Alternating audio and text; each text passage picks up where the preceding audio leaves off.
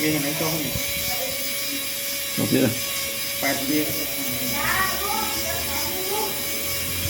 Bài mình. Bia với cho ăn to là bay rồi ha.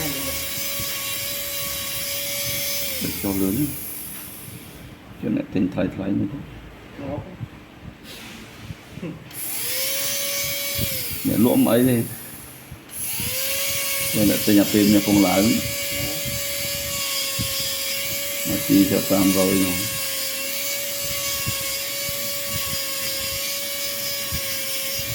Bia xong rồi đó.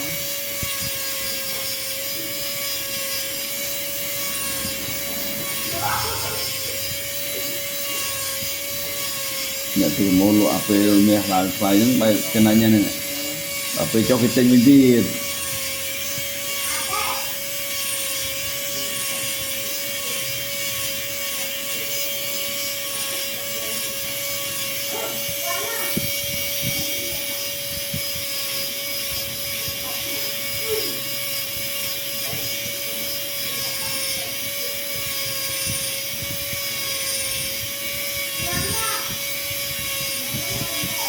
Trên mấy ca mấy trên màu đỏ.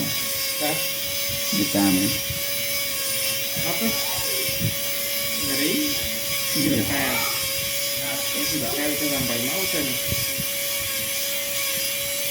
Người kêu cậu bán.